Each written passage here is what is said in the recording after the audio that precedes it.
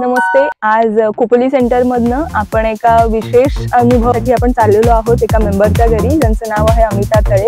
तर बघूयात सरप्राइझिंगली चाललेलो आहोत, त्यांची काय रिॲक्शन आहे. या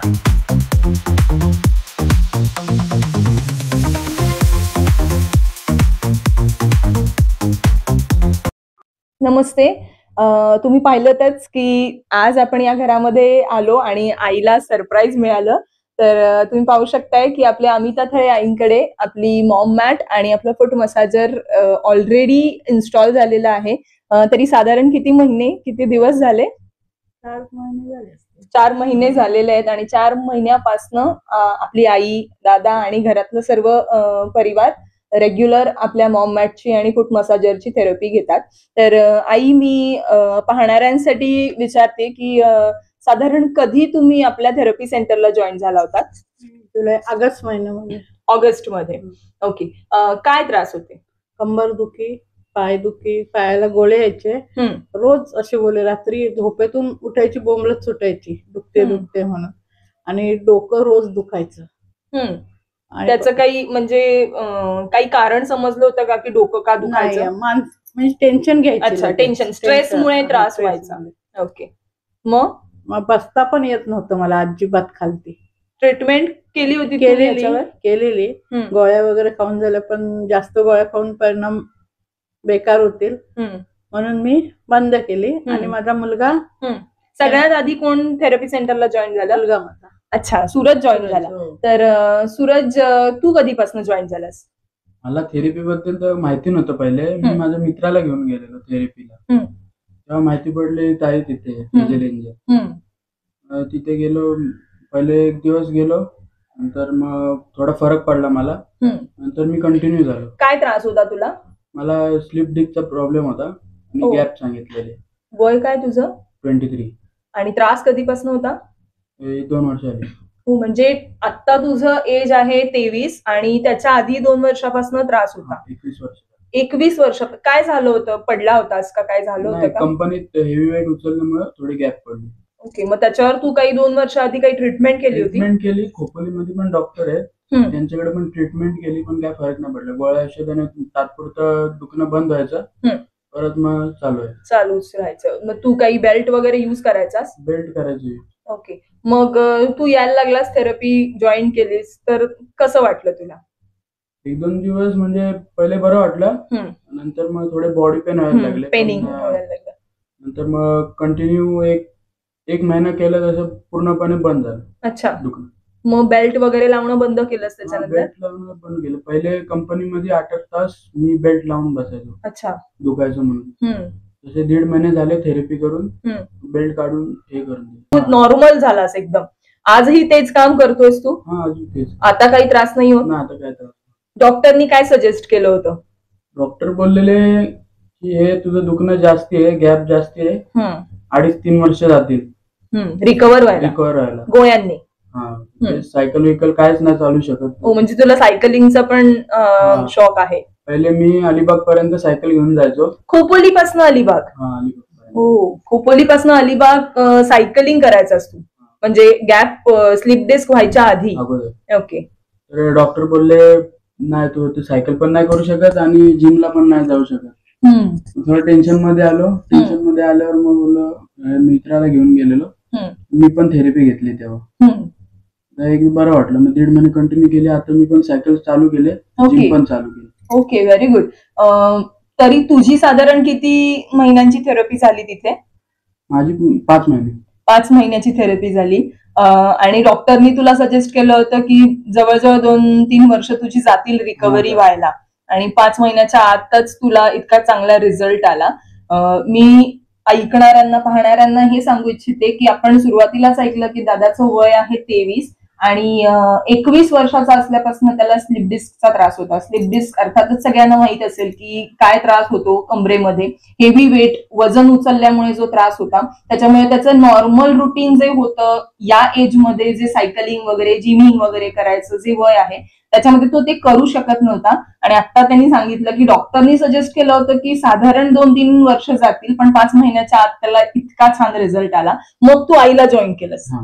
आणि आईने जसं सांगितलं, आई तुझं जे कंबरदुखी, पायात गोळे किंवा मानसिक त्रासामुळे जे त्रास व्हायचा तुझ्या, सतत डोकं दुखायचं, त्याच्यामध्ये काय आराम आला? आराम म्हणजे आता डोकं 2 महिन्याने एकदाच कधीतरी दुखते, गोळे तर बंदच. त्रास झाला तर, स्ट्रेस आला घेतलं तर टेन्शन नाही तर येत नाही. आणि आपली थेरपी जॉईन केल्यापासून तर बिलकुल एवढा त्रासच नाही.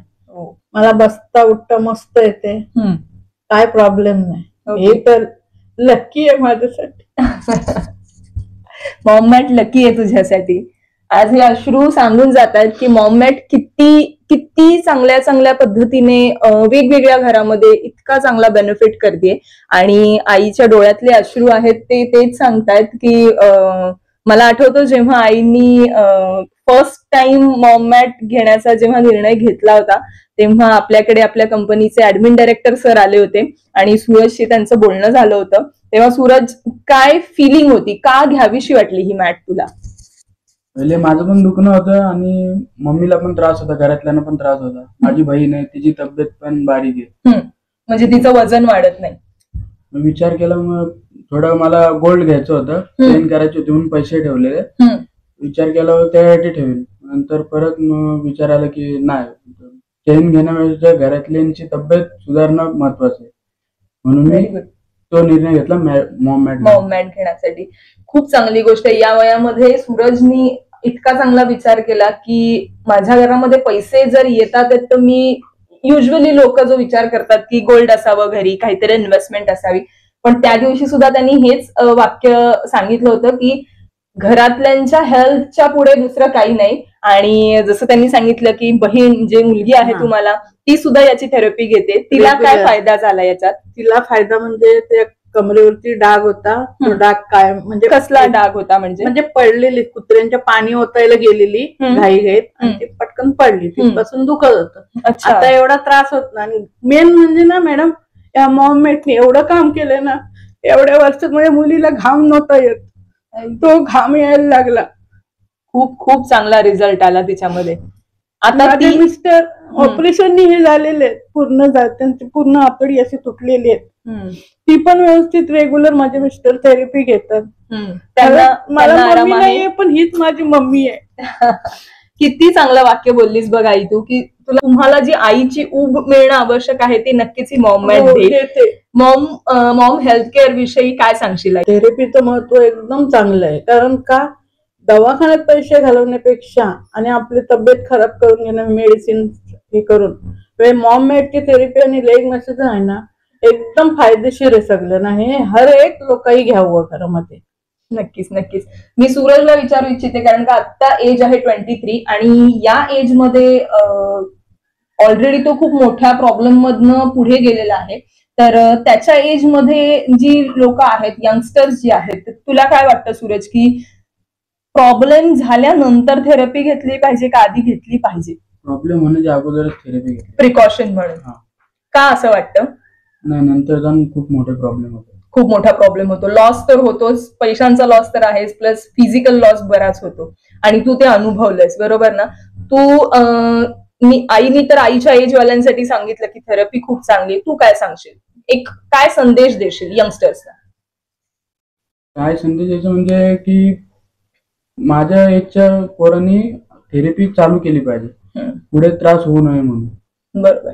तर नक्कीच मी अशी आशा करते की या अनुभवानंतर जे आज आम्हाला पाहतायत, बरोबर नाही, त्यांना कुठेतरी एक चांगला बोध मिळावा. त्यांनी हे समजून घ्यावं की तुम्ही जर मॉम हेल्थ केअर मध्ये येताय तर नक्कीच तुमच्या घरातले, तुमच्या आजूबाजूचे जे काही आजाराने त्रस्त लोक आहेत, नक्कीच त्यांना इथे एक चांगलं सोल्युशन मिळेल, बरोबर ना?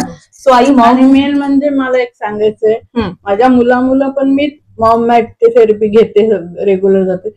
पण माझी एक मैत्रीण आहे, तेजलची मम्मी, तिच्या मुलं मी जास्त विचार केला नाही, जायला लागले. नक्कीच. खूप थँक्यू की तुम्ही तेव्हा त्यांच्यावरती विश्वास ठेवलात, आपल्या ज्या एंजल आहेत, तेजल एंजल, त्यांच्या आईवरती. त्यानंतर तुम्ही तिथे येऊन आपले जे बाकीचे स्टाफ आहेत त्यांच्यावरती विश्वास ठेवलात. आणि सर्वात महत्वाचं की तुम्ही मॉम हेल्थ केअर वरती इतका विश्वास ठेवलात, माझ्यावरती विश्वास ठेवलात, म्हणून तुमचे खूप खूप आभार. आणि असंच ही फॅमिली छान हेल्दी हॅपी राहू देत यासाठी आपण नक्कीच ईश्वरचरणी प्रार्थना करूया. Thank you so much.